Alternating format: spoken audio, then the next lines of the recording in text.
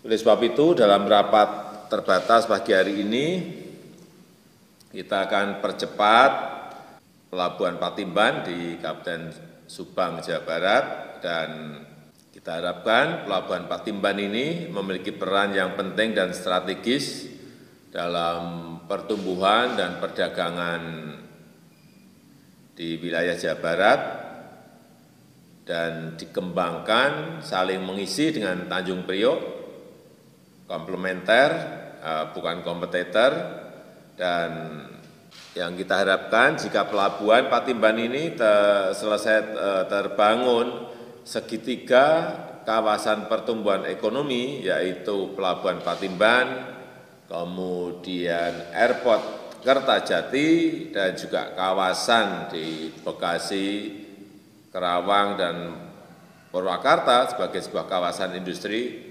saling terkoneksi, saling mendukung satu dengan yang lain, sehingga memiliki daya saing terutama untuk produk-produk ekspor dan lebih khusus lagi di bidang otomotif. Karena itu, saya sudah beberapa kali menyampaikan juga saat peninjauan di lapangan agar dilakukan percepatan penyelesaian pembangunan Pelabuhan Patimban ini.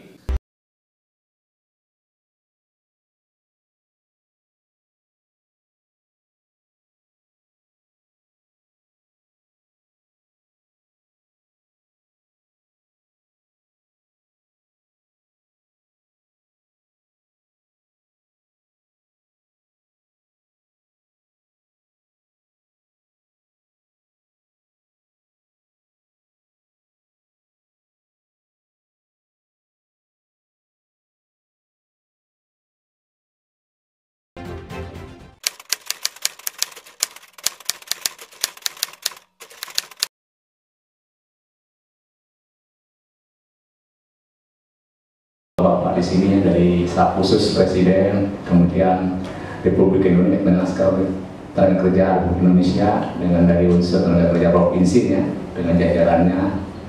Juga yang lain saya perlu sampaikan berkaitan dengan ketenaga kerjaan, Pak. Kalau dilihat di sini mungkin kalau usia kerja itu banyak di kita itu Pak, ada 1.210.101 orang ya. Angkatan kerja 779. 377 orang, yang bekerja itu 711, 377 orang. Pengangguran masih banyak juga tinggi nih Pak, 67.399 orang, 9,4%. Ya alhamdulillah, mudah-mudahan ya, mudah-mudahan dari tingkat pusat, mungkin dari Kementerian Tenaga Kerja di pusat juga bisa membantu lah. Karena bagaimanapun kita adanya Patimban itu diharapkan tidak jadi penonton juga Pak, karena kelihatan Pak Bupati juga masih bingung apakah dengan adanya pendirian Patimban di Subang ini ada nggak dampak kontribusi untuk tenaga kerja ini kita gitu. Tapi mudah-mudahan kita sudah bekerjasama dengan BLK ya, dengan bantuan dari dapat dari salah satu mungkin lembaga kerja juga ada pelatihan tuh Pak, ada pelatihan Polri, pelatihan kuliner, gas, air kelas, termasuk security. Alhamdulillah Pak sudah mulai bertahap dalam rangka menunjang misalnya industri-industri yang ada di kita ya, terutama sasaran Patimban ini Pak, Patimban.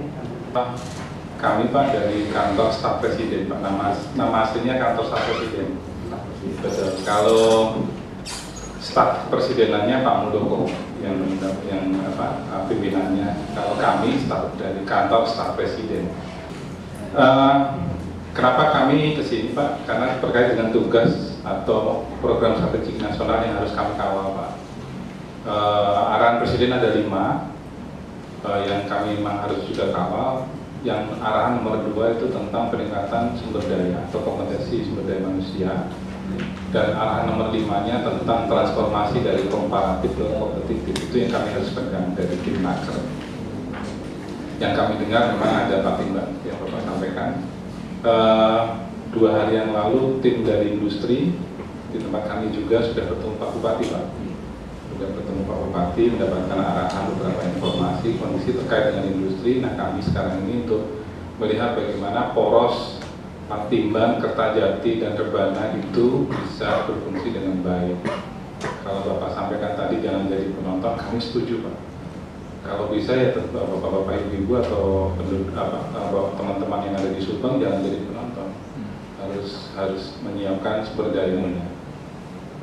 Kami berkeinginan hal yang sama Pak, jadi keinginan kami sekarang ada dua. Kami mohon mendapatkan informasi Pak mengenai tata kelola, perencanaan dan juga data tentang tenaga kerjaan di Subang secara umum, tapi paling khusus, sebagai khusus bagaimana merespon terhadap perencanaan dari Pak Gubernur Pak.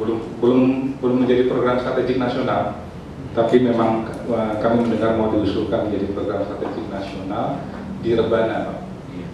Kan perluasannya sekarang jadi 7 kabupaten kota, sehingga tentu setiap kabupaten kota kami harapkan juga sudah terinformasi dan dapat memiliki perencanaan tersendiri Pak. Hal yang kedua itu sebenarnya perkembangan program pusat terkait dengan lembaga pelatihan PLK dan yang terkait dengan tugas kami untuk mengawal keinginan Presiden meningkatkan sumber daya manusia. Kenapa ini kami juga lakukan? Karena terkait dengan tugas kami yang pengawalan program strategik nasional itu dengan Kemnaker. Kami sekarang bekerjasama dengan PHI, Jamsos, dengan pengawasan, dengan Direktorat Jenderal Bina Penta, dan sekarang yang paling khusus kami sekarang sangat akrab dengan Direktorat Jenderal Bina Latas Pak. Karena itu tadi, karena sudah anggarannya mungkin memang untuk sumber daya manusia fokusnya, dan kami juga memang senangnya jalan-jalan dengan teman-teman dari Dirjen Bina Latas kayaknya sekarang kemana-mana kontak Pak, tolong bantuin. Jadi gitu Pak. Jadi hal yang kedua itu Pak, kami ingin mendapatkan informasi mungkin dari Pak Ucu nanti ke Pak ya, bagaimana kondisi BLK di sini, UPTD, lalu ya kondisinya Pak. Jadi dari dua hal itu menjadi terkoneksi, kondisi existingnya seperti apa, OPTD BLK-nya seperti apa, atau LPK seputarnya seperti apa, ketersediaannya. Lalu kemudian kita ingin melihat perencanaannya secara umum, dan juga mohon berkenan kalau memang bisa dikoneksikan dengan respon terhadap perencanaan dari Pak Gubernur untuk penerbangan. Kami sendiri, tim Naker, kami tidak bisa mengatasnamakan dari Kedeputian 3 karena belum ada arahan. Tapi sejauh yang kami tahu, Gubernur memiliki visi yang sangat bagus untuk mengkoneksikan antara Patimban sebagai pelabuhan laut, Kertajati pelabuhan udara, lalu industrinya. Sehingga memang kemudian dalam konteks waktu harus dipersiapkan sumber dayanya. Karena mimpi kami di kementerian kayaknya dijawab dengan KSP, karena terus terang biasanya kami mau mengundang Bapeda yang datang itu biasanya Bapeda yang tidak kebijakan itu kalau kembali lagi tidak, tapi saya yakin kalau yang datang di sini yang bisa lah meneruskan apa yang kita rencanakan bersama. Jadi alhamdulillah itu yang kenapa kami sangat sangat bangga sebenarnya. Kalau Pak Fajar tidak mau dikatakan mendampingi, jadi sangat bangga berkoordinasi dan kita berkolaborasi dalam peningkatan SDM dan tenaga kerjaan di provinsi, khususnya di Kabupaten Subang. Jadi benar yang disampaikan. Jadi saya sampaikan dulu bahwa sebenarnya di kita itu rencana kita dari dulu itu adalah pelatihan ini memang seharusnya balai latihan, baik itu balai latihan kerja maupun lembaga pelatihan kerja ataupun sekarang ada TLK komunitas, selayaknya melakukan pelatihan itu yang berdasarkan potensi wilayahnya. Karena setahu saya, kebetulan saya juga berasal dari, sama dengan Pak Oce mungkin dari instruktur juga awalnya ya, karena saya tahu temannya Maruli, saya juga dari instruktur di Balai Latihan Kerja Bekasi, SIPAS 15 tahun. Selama ini kita ada yang salah, saya mengaku salah juga selama 15 tahun itu, karena kita selalu melatih berdasarkan kemampuan kita sebagai instruktur, tidak melihat kebutuhan pasar kerja. Itu yang pertama. Yang kedua adalah kita melatih itu tidak kita hanya melihat minat dari peserta pelatihan. Sebagai contoh, kenapa biasanya kebanyakan yang saya tanya seperti itu, tapi nanti mungkin kalau saya tanya coach sudah tidak dijawab seperti itu lagi karena saya sudah sampaikan seperti itu. Biasanya kalau kita tanya PLK, kenapa memilih programnya komputer, misalnya IT atau otomotif? Karena minat pesertanya banyak. Akhirnya apa? Minat pesertanya banyak, memang banyak kita latih. Program kita terlaksana, tapi setelah itu menganggur lagi. Nah, ini kita tidak berhasilan dari balai karena minat peserta. Peserta yang masuk ke balai latihan kerja itu belum mengetahui juga pasar potensi wilayahnya. Ya, kemarin banyak juga kita tanya, kamu mau apa ke sini? Mau bekerja, Pak? Sudah tahu tempat kerjanya? Belum, baru nyari perusahaan dan sebagainya. Ada lagi kemarin mau bekerja di mana? Mau bekerja bukan di wilayahnya. Artinya kan mereka tidak tahu dia mau kemana. Cuma karena minatnya, dia senangnya kejuruan tersebut atau program tersebut, akhirnya dia masuk. Malah kalau dulu saya sempat candain teman-teman bahwa sekarang ada pekerjaan baru. Pekerjaan baru itu pekerjaan mengikuti pelatihan kerja, karena kalau ikut pelatihan kerja daripada menganggur dapat uang satu, jadi akhirnya ikutlah besok di angkatan pertama di kejuruan A, berikutnya dapat juga lagi masuk di kejuruan B, menciptakan lapangan kerja juga BLK jadinya ya, karena uang sampai datang. Daripada dia menganggur akhirnya begitu kan, ikut jenis pekerjaannya koleksi kejuruan. Nah, ini yang kita tidak harapkan ke depannya. Yang kita harapkan ke depannya adalah program pelatihan kita, dan itu sekarang memungkinkan karena kita sudah ada yang namanya aplikasi Sirup ya. Jadi kita memungkinkan kita mengembangkan program bukan lagi given dari kementerian. Setahu saya sebelum-sebelumnya memang ada beberapa yang given ya Pak ya. Ada beberapa yang given, sehingga itu juga yang saya biasa sampaikan dalam pertemuan-pertemuan bahwa kalau given sebenarnya tidak layak kalau given, karena kalau given itu yang melakukan, yang melihat potensi wilayah kan tidak mungkin kita dari kementerian pusat. Yang bisa melihat potensi wilayah itu orang yang berada di wilayah tersebut. Nah, kalau given misalnya dari pusat langsung tunjukkan, pokoknya di BLK Subang kejuruannya harus melatih program paket A, B, C, D. Akhirnya kan teman-teman di sini melaksanakan karena dia harus melaksanakan itu, tapi apakah sesuai potensinya? Walau alam. Sama ada pernah saya cerita aja bahwa pernah di Medan kita instrukturnya mengatakan kami diberikan paket sampai las 3G. Sementara di sini kebutuhannya cuma mengelas generalis yang tidak perlu sampai 3G, tidak perlu butuh peralatan yang. Tapi karena itu kita latihkan, ya kita latih. Kompetensi si peserta pelatihannya, kompetensinya sampai 3G, tapi tidak dipakai di sana karena terlalu tinggi ininya. Jadi akhirnya kan menganggur juga. Jadi tingkat program yang kita latihkan itu belum tentu kualitasnya itu ditunjukkan oleh programnya, apakah tingkatnya levelnya menengah. Tapi yang lebih menentukan sebenarnya setelah kita latih BLK, dia terserap dan dia bisa menunjukkan kompetensinya di wilayahnya. Itu yang baru berhasil. Mau kita bilang dia diuji kompetensi, tidak lulus uji kompetensi, itu masih nomor sekian. Tapi yang utama adalah kita melakukan program sesuai dengan kebutuhan pasar. Setelah dilatih peserta itu tidak menganggur lagi. Itu sebenarnya tujuan utama kita. Bismillahirrahmanirrahim. Assalamualaikum warahmatullahi wabarakatuh. Kami ucapkan selamat datang pada rombongan Presiden RI, pada rombongan dari Kemenaker serta dari Disnaker Transport Jabar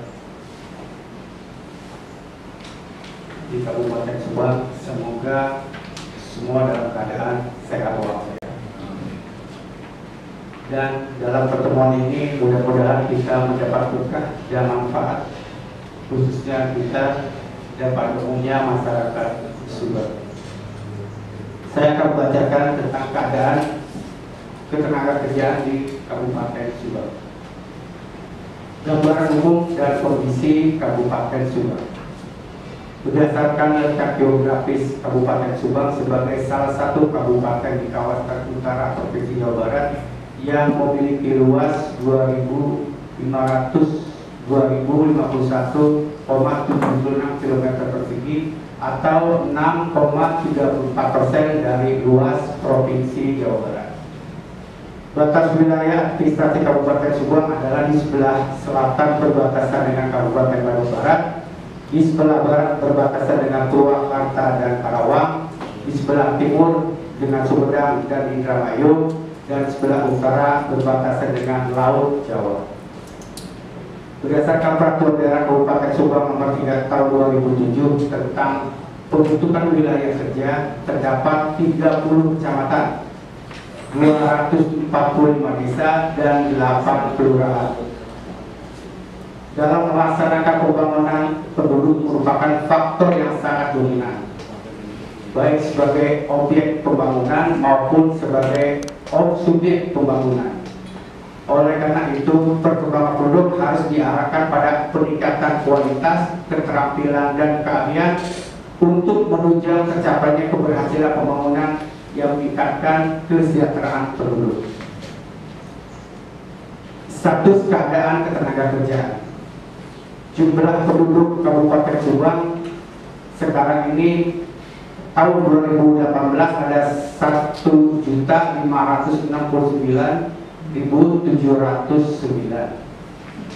Penduduk usia kerja dari 15 sampai 60 tahun adalah 1.210.101. Itu dibagi dua, ada yang disebut dengan angkatan kerja dan bukan angkatan kerja. Angkatan kerja ada 799.377, dibagi dua, ada yang bekerja dan ada yang menganggur. Yang bekerja ada 711.978, yang menganggur 67.399. Bukan angkatan kerja, ada sekolah dan mengurus rumah tangga ada 430.724. Ini berdasarkan data profil daerah Kabupaten Subang tahun 2019. Jumlah penduduk yang bekerja menurut lapangan usaha, yang pertama pertanian, perkebunan, kehutanan, perikanan ada 195.818 orang. Industri pengolahan ada 131.890 orang. Perdagangan besar, eceran, rumah makan, jasa akomodasi ada 187.916 orang. Jasa lain 196.354 orang.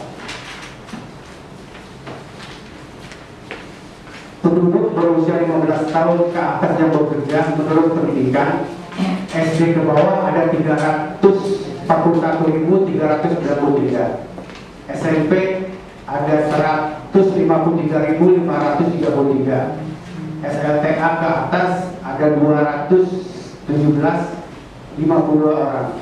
Jumlah ada 7.711.978. Jumlah pengangguran menurut tingkat pendidikan SD ke bawah ada 14.440, SMP 18.380, SLTA ada 34.579. Data pencari kerja dan penempatan dalam negeri. Untuk tahun 2019, pencari kerja yang membuat kartu kuning itu ada yang terdaftar di kantor Disnaker Trans ada 31.360 untuk tahun 2019, dan untuk tahun 2020 ada 15.591. Lowongan pekerjaan untuk 2019 kosong, 2020. Bismillahirrahmanirrahim. Assalamualaikum warahmatullahi wabarakatuh. Saya di sini akan menyampaikan terutama gambaran dari UPTT Balai Latihan Kerja, kemudian apa saja yang telah kami kerjakan, yang selanjutnya program kerja ke depan terkait dengan adanya kawasan industri dan pelabuhan Patimban. Nah, ini dasar hukum kami, Pak, dari mulai Undang-Undang Nomor 13, kemudian terakhir Peraturan Bupati Nomor 17 Tahun 2014 tentang pembentukan PTT, kemudian Peraturan Bupati Subang Nomor 61 Tahun 2018 tentang tugas pokok dan fungsi tata kerja unit pelaksana teknis daerah pada Dinas Tenaga Kerja dan Transmigrasi 2019. Visi dan misi DLK, visinya menjadi lembaga pelatihan yang profesional, berkualitas untuk menciptakan tenaga kerja yang kompeten, mampu berwirausaha mandiri, serta menjadi pintu gerbang utama tenaga kerja untuk mendapatkan pekerjaannya. Itu cita-cita kami, Pak. Cita-cita BLK dalam secara garis besar, inginnya BLK itu pintu masuk calon tenaga kerja akan bekerja. Dengan kata lain, yang masuk ke BLK saya harapkan sudah tidak jadi lagi penganggur, tapi dengan masuk ke BLK seperti yang diharapkan Pak Nasir, dengan masuk ke BLK langsung mereka mendapat pekerjaan. Visi kami meningkatkan kualitas produktivitas tenaga kerja, kemudian melaksanakan pelatihan berbasis kompetensi dan mobile training unit, melaksanakan uji kompetensi, menumbuhkan wirausaha mandiri yang berkesinambungan, memperluas jejaring dengan lembaga penempatan kerja industri, meningkatkan kinerja BLK melalui pemanfaatan tenaga teknologi informasi. Nah, ini potensi kami, Pak,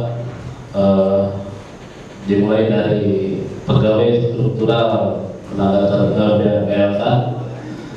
Jadi di kami memang saat ini kebanyakan non PNS, Pak. 11 orang PNS, 12 orang non PNS. Yang 11 orang ini 2 di struktural, yang sisanya adalah administrasi keuangan, pelatihan, administrasi kepegawaian, juga administrasi umum. Kemudian untuk tenaga fungsional, tenaga pelatih atau instruktur di BLK Subang itu tercatat ada 22 orang dari 9 kejuruan. 8 diantaranya adalah PNS. Mungkin hari ini juga, tahun ini juga ada 2 orang yang akan pensiun pada akhir tahun, kemungkinan tinggal 6 orang. Tapi alhamdulillah pada tahun ini juga mungkin nanti 2021 kita ada penambahan calon yang direkrut oleh PKPSDM untuk 4 orang. Mudah-mudahan tahun depan bisa bertambah. Yang non PNS-nya itu ada sekitar 14 orang. Non PNS ini kami ambil mereka yang punya basic pendidikan sesuai dengan kejuruannya. Kemudian kita diklatkan metodologi juga yang programnya ada dari Kemenaker. Berarti jumlah semuanya 22 orang.